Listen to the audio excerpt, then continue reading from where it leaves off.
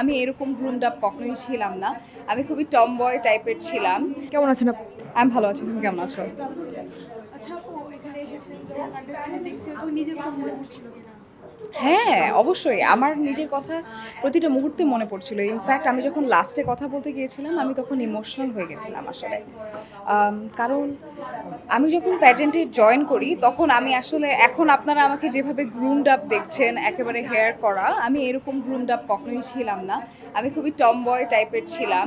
আমি ফাটা জিন্স পরে একেবারে টি শার্ট পরে চুল টুল কোনোভাবে বেঁধে সবসময় বের হয়ে যেতাম, চোখের নিচে থ্যাবড়ায় কাজল দিতাম। কিন্তু এখন আমি চেঞ্জ হয়ে গেছি, নিজেকে গ্রুম করেছি।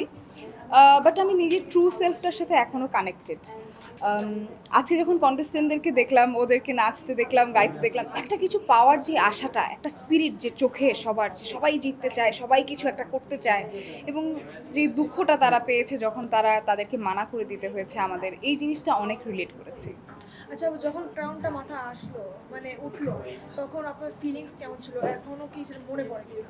হ্যাঁ, আমার এখনও মনে পড়ে এবং এখন এই জিনিসটা আমার কাছে অবিশ্বাসের মতো লাগে। মনে হয় যে আম, আমার আসলে ওই দিন জেতার কথা ছিল না। মানে আমি নিজে তো কখনোই প্রিপারেশন নিইনি। আমি যখন অডিশনের জন্য যাই তখন আমি জানতাম যে আরে এতগুলো মেয়ে আসছে, আমার মধ্যে কোনো কোয়ালিটিই নেই যে আমি জিততে পারবো। কিন্তু দ্য থিং ইজ, যে কনফিডেন্সটা ছিল আমার, যে আমি জানি যে আমি নিজেকে ভালোবাসি, আমি নিজেকে অ্যাকসেপ্ট করি, this is who I am.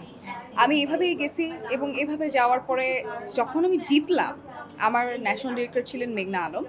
উনি যখন আমাকে এই ক্রাউনিংটা করলেন তখন আমার কাছে এটা একটা অবিশ্বাসের মতো ছিল। আমার তো 2-3 দিন লাগছে এটা থেকে উঠতে, যে আল্লাহ আমি আসলে জিতে গেছি। দেশে দেশে সবার সাথে দ্য নিউজ।